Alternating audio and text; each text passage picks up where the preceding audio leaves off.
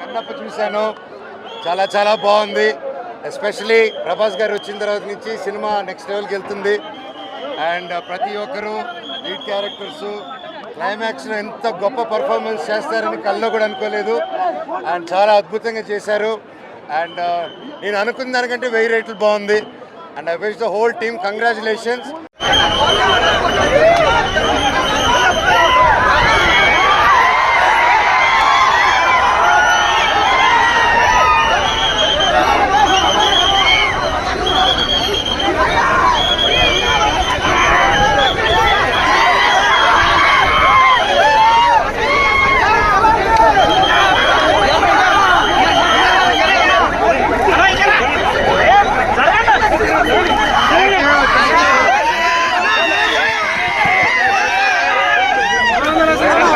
ఒకసారి